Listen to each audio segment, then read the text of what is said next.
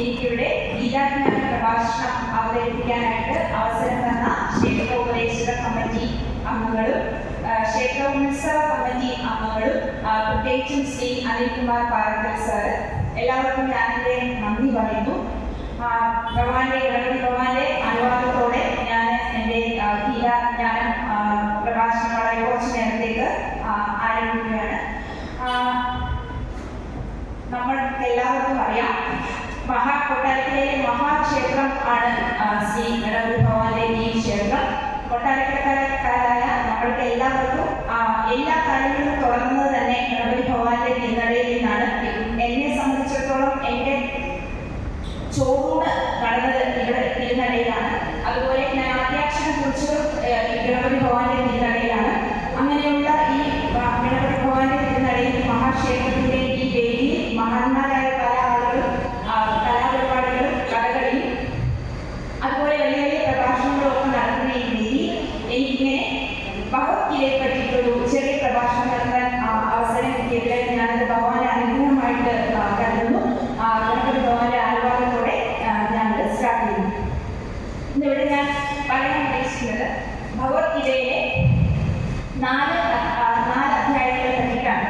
അതായത് ആദ്യം 7-ാം അധ്യായമായ ജ്ഞാനവിജ്ഞാന യോഗം. അപ്പം 7-ാം അധ്യായമായ ജ്ഞാനവിജ്ഞാന യോഗത്തിലെ ഭഗവാൻ അർജുനനോട് എങ്ങനെയാണ് ഒരു ജ്ഞാനി ഒരുപാട് ജ്ഞാനമുള്ള ഒരാൾ ഭഗവാന്റെ പ്രിയപ്പെട്ടവനാകുന്നത്, അല്ലെങ്കിൽ ഭഗവാന്റെ പാദത്തിൽ എത്തുന്നത്, അല്ലെങ്കിൽ മോക്ഷപ്രാപ്തി ഉണ്ടാകുന്നത് എന്നാണ് ജ്ഞാനവിജ്ഞാന യോഗത്തിലെ ഭഗവാൻ പറയുന്നത്.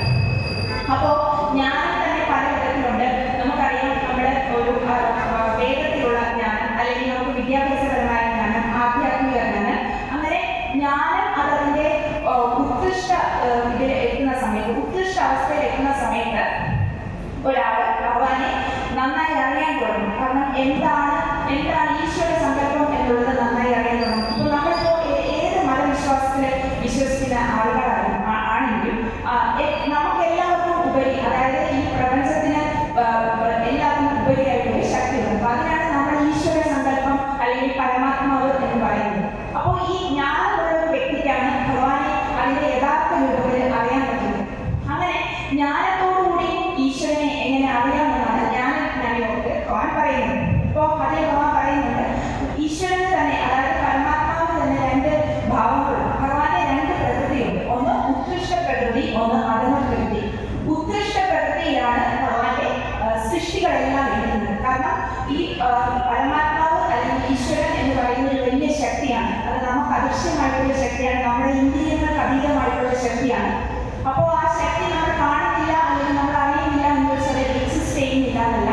അപ്പോൾ ആ ശക്തിയിൽ ആ ഉത്കൃഷ്ടമായ ഭാവത്തിലാണ് ഭഗവാന്റെ സൃഷ്ടികളെല്ലാം ഇരിക്കുന്നത്. അതുപോലെ അധമമായ ഒരു ഭാവമുണ്ട്. അപ്പോൾ അധമമായ ഈശ്വരന്റെ അധമമായ ഭാവത്തിൽ ഉള്ളതാണ് പഞ്ചഭൂതങ്ങളും മനസ്സ്, ബുദ്ധി, അഹങ്കാരം. ഈ മൂന്നുമാണ് പഞ്ചഭൂതങ്ങളല്ലാതെ 8, അതായത് അഷ്ടതരത്തിലാണ് ഭഗവാന്റെ അധമ പ്രകൃതി. ഈ അധമ പ്രകൃതിയിലുള്ളത് മാത്രമാണ് നമുക്ക് അനുഭവിക്കാൻ പറ്റുന്നത്. ബാക്കിയുള്ളത് പഞ്ചഭൂതങ്ങളാണ്. അപ്പോൾ അതുപോലെ ഉത്കൃഷ്ട പ്രകൃതിയിലുള്ള സകല സൃഷ്ടികൾ. അപ്പോൾ ഈ ജ്ഞാനിയായിട്ടുള്ള ഒരു മനുഷ്യൻ, കാരണം നമുക്ക് മനുഷ്യജന്മം കിട്ടുന്നത് നമുക്കറിയാം, ഒരുപാട് ജന്മങ്ങൾക്ക് ശേഷമാണ് അവസാനമാണ് മനുഷ്യജന്മം നമുക്ക് കിട്ടുന്നത്. അപ്പോൾ ഈ മനുഷ്യജന്മത്തിന്റെ ഉത്കൃഷ്ടമായ നമ്മുടെ എയിം എന്ന് പറയുന്നത്, നമ്മുടെ ലക്ഷ്യം എന്ന് പറയുന്നത് തന്നെ ഭഗവാനെ അറിയുക, അല്ലെങ്കിൽ മോക്ഷപ്രാപ്തി നേടുക എന്നുള്ളതാണ്. അപ്പോൾ നമ്മുടെതെല്ലാം ആത്മാവുണ്ട്. അപ്പോൾ ഈ ആത്മാവ് പരമാത്മാവിന്റെ ഭാഗമാണ്. അപ്പോൾ ഈ ജ്ഞാനിയായിട്ടുള്ള ആൾക്കാർക്ക് ഇത് ഭഗവാനെ അതിന്റെ കറക്റ്റ് രൂപത്തിൽ അറിയാൻ പറ്റും. അതായത് വ്യക്തമല്ലാത്തതാണ്, ഈശ്വരൻ വ്യക്തമല്ലാത്തതാണ്, എന്നാൽ നമ്മുടെ ചിന്തയ്ക്കും അപ്പുറത്തുള്ളതാണ്, എന്നാൽ നമ്മുടെ ഇന്ദ്രിയങ്ങൾ കൊണ്ട് നമുക്ക് അറിയാൻ പറ്റാത്തതാണ്. ഭഗവാനത് പറയുന്നു, അണുവിനും അണുതരം എന്ന് പറയുമ്പോൾ അത്ര ചെറിയ ശക്തിയിലേക്ക് വരെ ഭഗവാന് എത്താൻ, അതായത് ഈ സർവശക്തനായ ഈശ്വരന് അത്ര ചെറിയ ശക്തിയിൽ വരെ എത്താൻ പറ്റും. അപ്പം അണുവിനും അണുതരമായിട്ടുള്ള ഈശ്വരനെ അതിന്റെ യഥാർത്ഥ ഭാവത്തെ അറിയുന്ന ഭക്തന്റെ കാര്യങ്ങളാണ് ജ്ഞാനവിജ്ഞാന യോഗത്തിൽ ഈശ്വരൻ അർജുനന് പറയുന്നത്. അപ്പോൾ അതിന് തന്നെ ഭഗവാൻ ദേവാരാധനയെ പറ്റി പറയുന്നുണ്ട്. അതായത് ആരാണോ, അതായത് നമ്മൾ എല്ലാവരും ഈശ്വരനെ പല രൂപത്തിലും ഭാവത്തിലുമാണ് ആരാധിക്കുന്നത്. അപ്പം നമ്മൾക്ക് ഓരോരുത്തർക്കും ഇഷ്ടദേവത, ഏത് മതത്തിൽ വിശ്വസിക്കുന്ന ആൾക്കാരാണെങ്കിലും എല്ലാവർക്കും ഓരോ ഈശ്വര സങ്കല്പമുണ്ട്. ഏത് സങ്കല്പത്തിലാണോ ആരാണോ ഈശ്വരനെ ആരാധിക്കുന്നത്, അപ്പോൾ ഒടുവിൽ നമ്മൾ ആ ഒരു രൂപത്തിൽ തന്നെ അല്ലെങ്കിൽ ആ ഒരു ഭാവത്തിൽ തന്നെയാണ് നമുക്ക് മോക്ഷം കിട്ടുന്നത്. അപ്പോൾ അത് ദേവതകളെ ആരാധിക്കുന്ന ആളുകളുണ്ടാവും. അതുപോലെ തന്നെ നമ്മൾ ഈ നിർഗുണ പരമാത്മാവ് പറയുന്നത് രൂപവും ഭാവവും ഒന്നുമില്ലാതെ ചിന്തയിൽ അപ്പുറമുള്ള നിർഗുണ പരമാത്മാവിനെ ആദരിക്കുന്നവരുണ്ടാവും. അപ്പോൾ ഏത് ഭാവത്തിലാണോ നമ്മൾ ഈശ്വരനെ ആദരിക്കുന്നത്, നമ്മൾ അവസാനം നമ്മുടെ പരമപദ പ്രാപ്തി എത്തുന്ന സമയത്ത്, മോക്ഷം കിട്ടുന്ന സമയത്ത് നമ്മൾ ആ രൂപത്തിലാണ് ഈശ്വരനെ പ്രാപിക്കുന്നത്.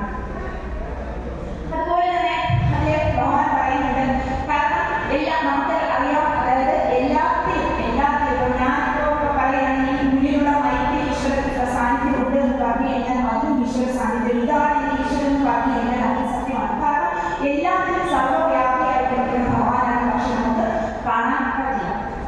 അപ്പോൾ അതിൽ തന്നെ കൃഷ്ണൻ അർജുനൻ പറഞ്ഞു കൊടുക്കുന്നുണ്ട്, അതായത് മുമ്പ് നടന്നത്, അതായത് ഭൂതകാലത്തിൽ നടന്നതും ഇപ്പോൾ നടന്നുകൊണ്ടിരിക്കുന്ന സർവ്വകാര്യങ്ങളും ഭാവിയിൽ നടക്കാൻ പോകുന്ന കാര്യങ്ങളും എല്ലാം ഞാൻ അറിയുന്നു. അതായത് ഈശ്വര സങ്കല്പം എന്നുള്ള ഭാവം ഇപ്പം പരമാത്മാവിന്റെ രൂപത്തിൽ നമ്മൾ ആരാധിക്കുന്ന സർവേശ്വരൻ കഴിഞ്ഞുപോയ കാര്യങ്ങൾ അറിയുന്നു, ഇപ്പോൾ സംഭവിക്കുന്ന കാര്യങ്ങൾ അറിയുന്നു, നാളെ അതായത് ഭാവിയിൽ സംഭവിക്കുന്ന കാര്യങ്ങൾ അറിയുന്നു. കാരണം നമുക്ക് എല്ലാവർക്കും അറിയാം, നമ്മളിപ്പോൾ ഇന്നിവിടെ ഇരിക്കുന്നത് തന്നെ, അതായത് നമുക്കൊരു ജന്മം കിട്ടിയത് തന്നെ നമ്മൾ മുൻപെങ്ങോ അതായത് കഴിഞ്ഞ ജന്മങ്ങളിൽ ചെയ്തിട്ടുള്ള കർമ്മഫലങ്ങളുടെ ഭാഗമായിട്ടാണ്, കർമ്മഫലത്തിന്റെ ഒരു റിസൾട്ടായിട്ടാണ് നമ്മൾ ചെയ്യുന്നത്. നമ്മുടെ രൂപം, ഭാവം അല്ലെങ്കിൽ നമ്മുടെ കർമ്മ മേഖല അല്ലെങ്കിൽ നമ്മളുമായിട്ട് ബന്ധപ്പെട്ട ആളുകൾ, നമ്മുടെ കുടുംബക്കാർ അല്ലെങ്കിൽ നമുക്ക് വേണ്ടപ്പെട്ട ആളുകൾ എല്ലാവരുമായിട്ട് നമുക്ക് മുൻജന്മങ്ങളുടെ കർമ്മബന്ധങ്ങളുമായിട്ട് റിലേറ്റഡ് ആണ്. അപ്പോൾ ഈ കർമ്മബന്ധങ്ങളുമായിട്ട് റിലേറ്റഡ് ആയതുകൊണ്ടാണ് നമുക്ക് വീണ്ടും ഭൂമിയിൽ വന്നത്.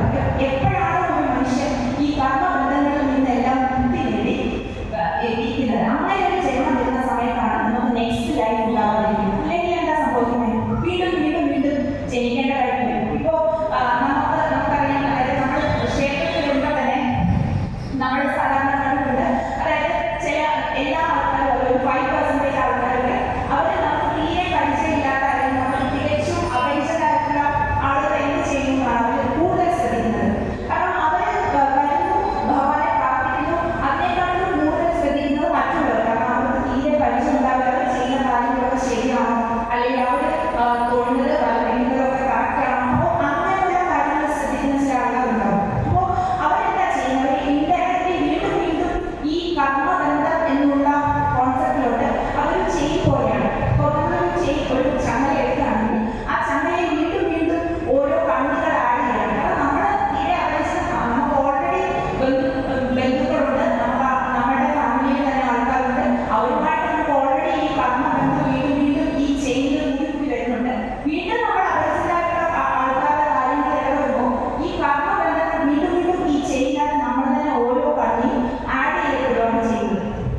അത് നമുക്ക് അതായത് ഈശ്വരനെ അല്ലെങ്കിൽ കർമ്മങ്ങളെ അല്ലെങ്കിൽ കർമ്മഫലത്തിനെ അല്ലെങ്കിൽ ഓരോ ജന്മങ്ങൾ എങ്ങനെ കിട്ടുന്നു എന്നുള്ള സത്യം നമുക്ക് മനസ്സിലാവാത്തിടത്തോളം കാലം നമുക്ക് കൺട്രോളില്ല.